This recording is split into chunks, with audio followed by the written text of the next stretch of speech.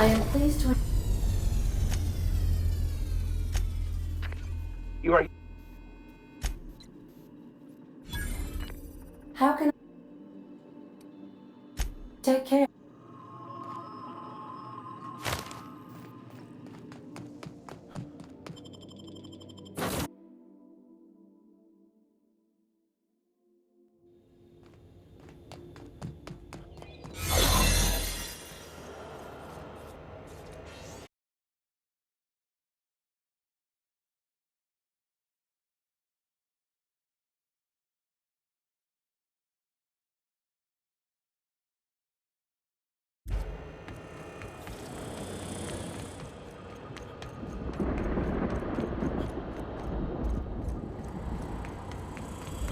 Keep your eyes out for this.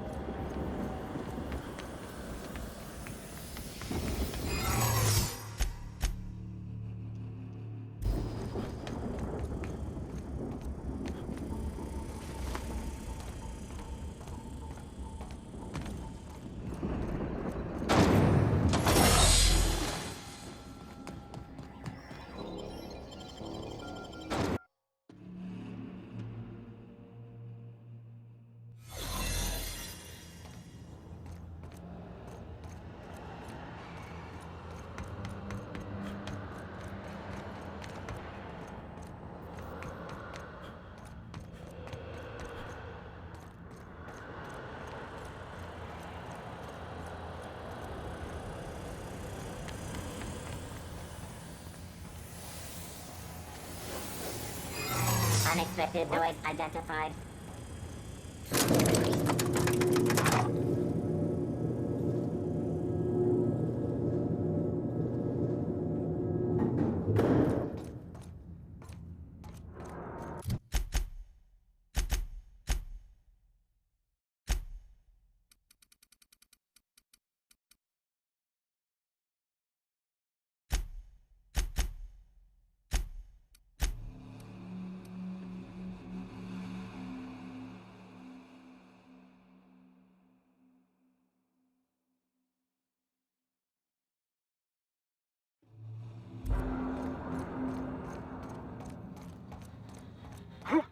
Are you new here?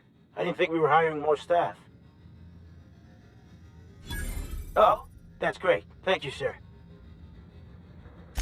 Much appreciated. I'll get out of your way.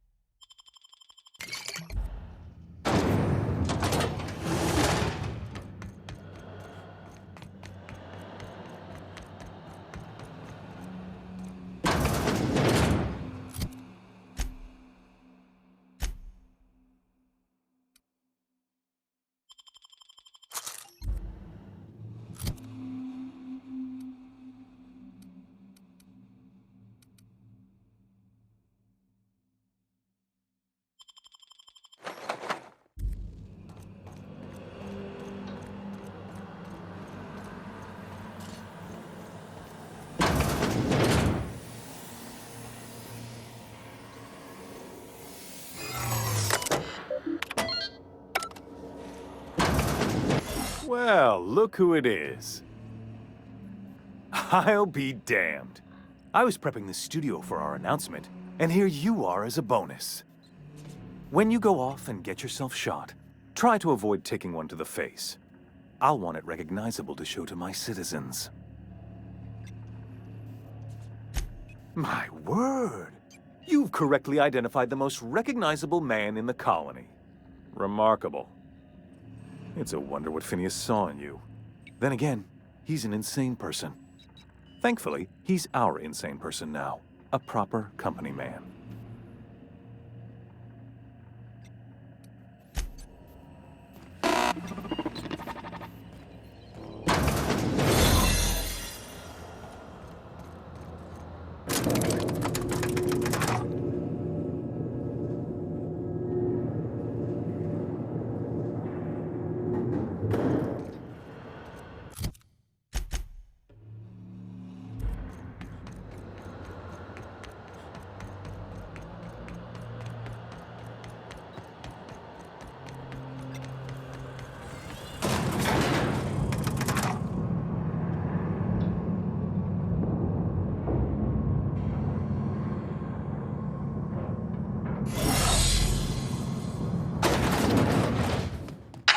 Captain, you have an uncanny talent for complicating my life.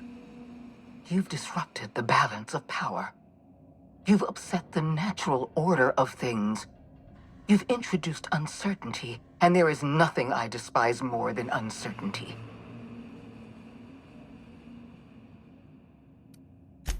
Typical.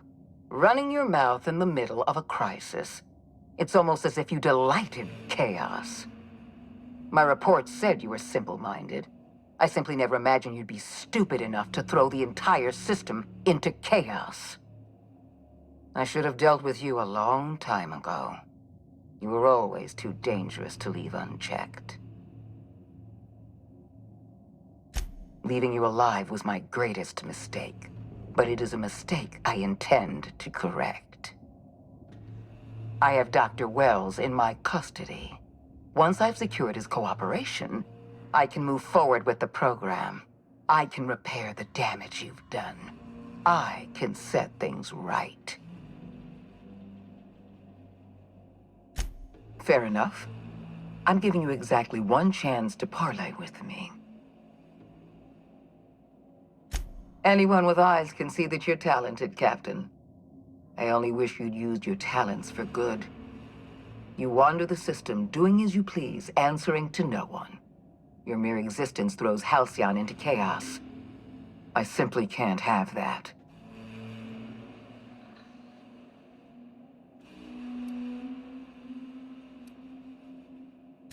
I'm keeping this colony from falling over the edge of dissolution with my own two hands. And you want me to let go? No.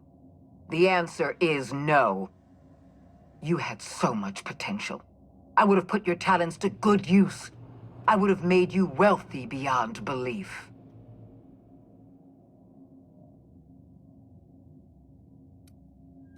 I'm not in the business of working with my enemies, and you've made your loyalties abundantly clear. You were always an unknown variable. I tried to recruit you, but you threw your lot in with that madman, Phineas Wells. You're unpredictable, and you answer to no one but yourself.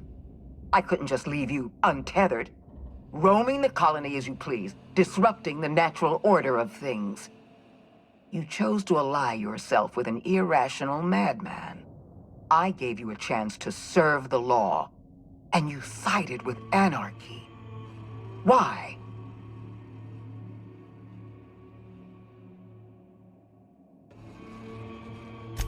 I understand. You have an entire population of colonists depending on you. So do I. I haven't given up on the program yet. You've caused some complications, but I can improvise. I can fix this. I haven't lost control of the labyrinth yet. Our security system is still operational. I can still put a stop to you.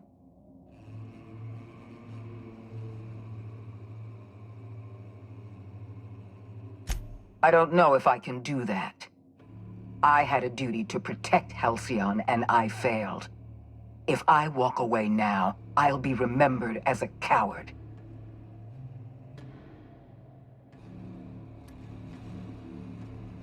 No. I know you well enough to realize I'm not likely to survive a confrontation with you. Congratulations, Captain. You've outplayed me. I accept your terms and will return Dr. Wells to your care. I just hope you've made the right decision. The fate of the colony is in your hands now. I bid you farewell, Captain.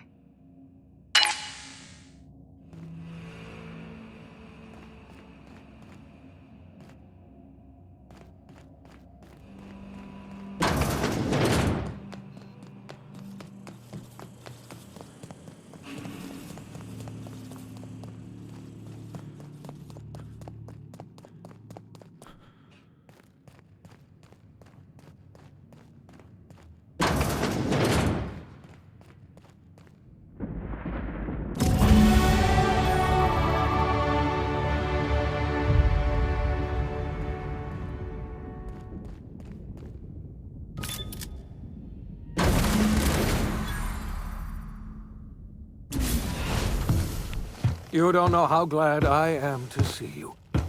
You must have said something to get under Akande's skin. She's gone, and I don't think she's coming back.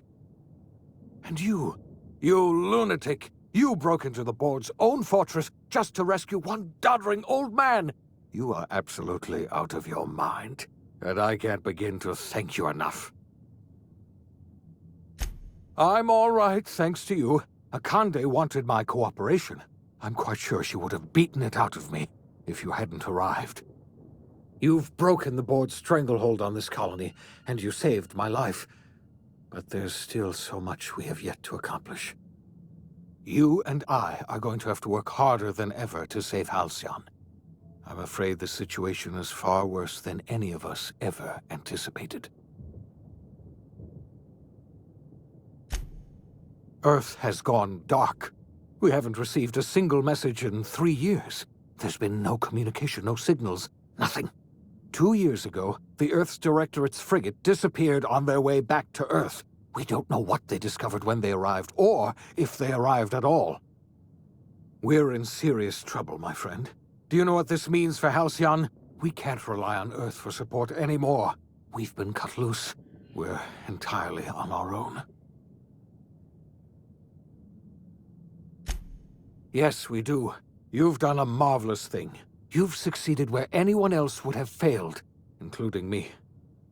We must begin the revival process immediately, starting with the Hope's brightest minds, and then we're going to fix this damn colony, one problem at a time.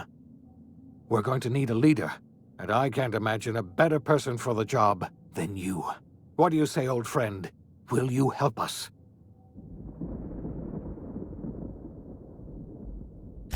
You won't hear a word of disagreement from me. When I revived you, I thought we were going to save this colony all by ourselves, but I was wrong. We can't save Halcyon on our own. We're all going to have to pull together, somehow. We are not a colony anymore. Our last connection to Earth has been severed. I don't know if we'll survive, but we're going to have to try our best.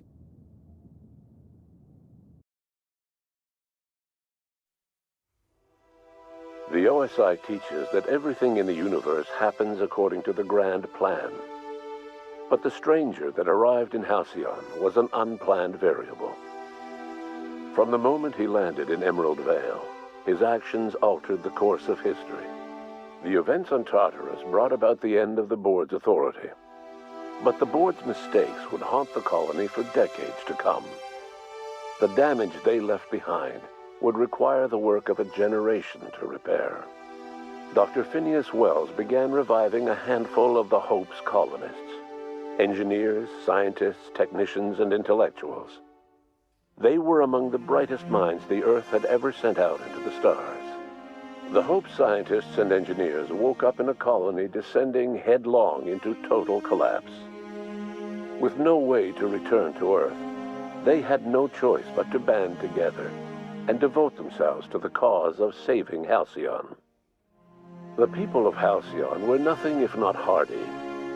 In the absence of the board's authority, many of the colony's settlements banded together with a single purpose in mind: survival.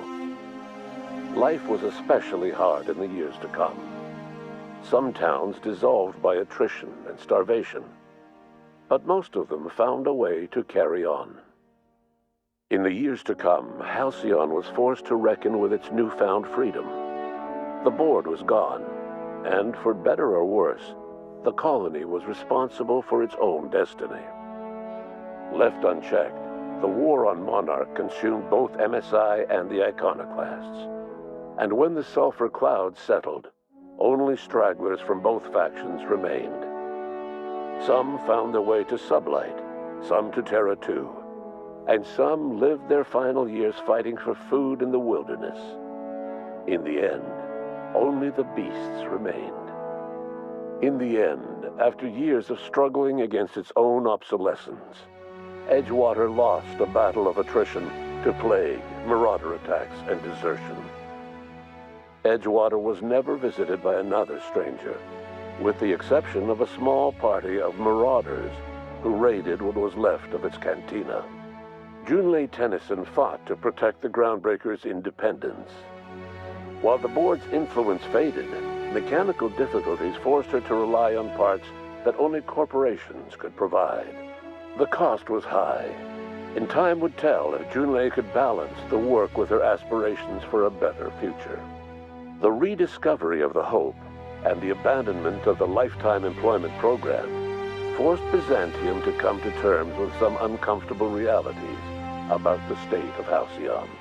While Byzantines were reluctant to surrender the luxuries they'd grown accustomed to, the board's diminished authority gave them little choice in the matter. Nearly everyone had to learn to make do with less. Some even had to get jobs. It was a dark time indeed. Before his untimely death, Captain Alex Hawthorne had plans to restore and modify, for combat purposes, a sanitation and maintenance automechanical that he'd found in a state of disrepair in Emerald Vale's scrapyard.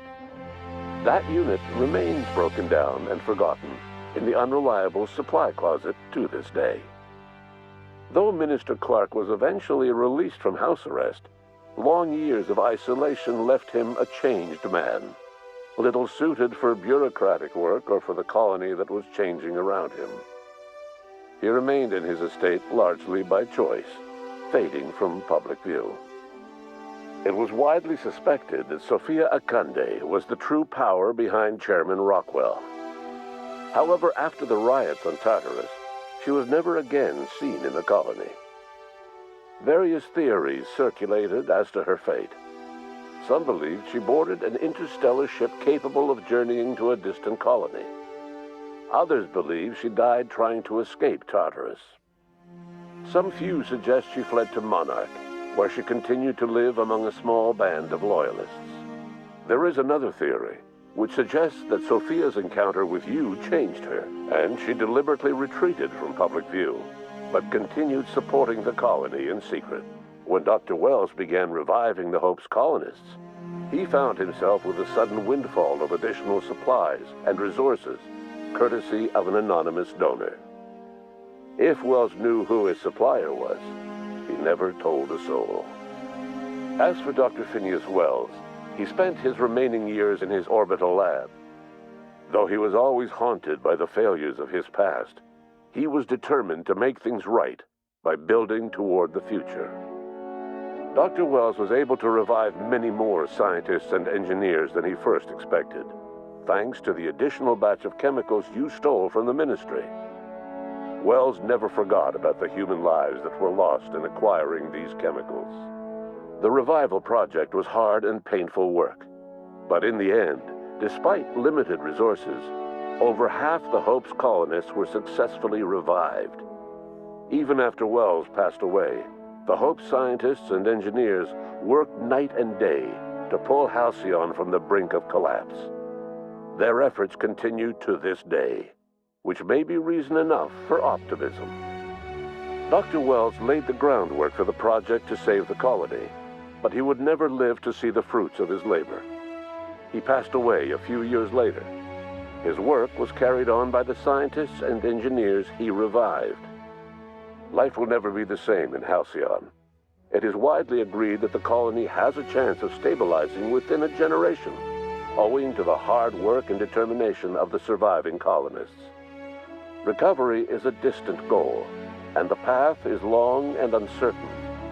But the people of Halcyon carry on, determined as ever. And what about you, the unplanned variable in the history of Halcyon? You brought an end to the chaos on Tartarus, and proved yourself the most capable leader left in the colony. You administered the colony in your own image. With the old power of the board destroyed, a new government of Halcyon rose with you at its center. With your steady hand, you guided Halcyon through the turbulent years that were to follow, and helped ensure the survival of the colony until the end of your days. No one knows what's happened to Earth, and no one knows what the future has in store for Halcyon. All we know for certain is this: the name of the Unreliable and that of its intrepid captain will remain the subject of countless stories for years to come.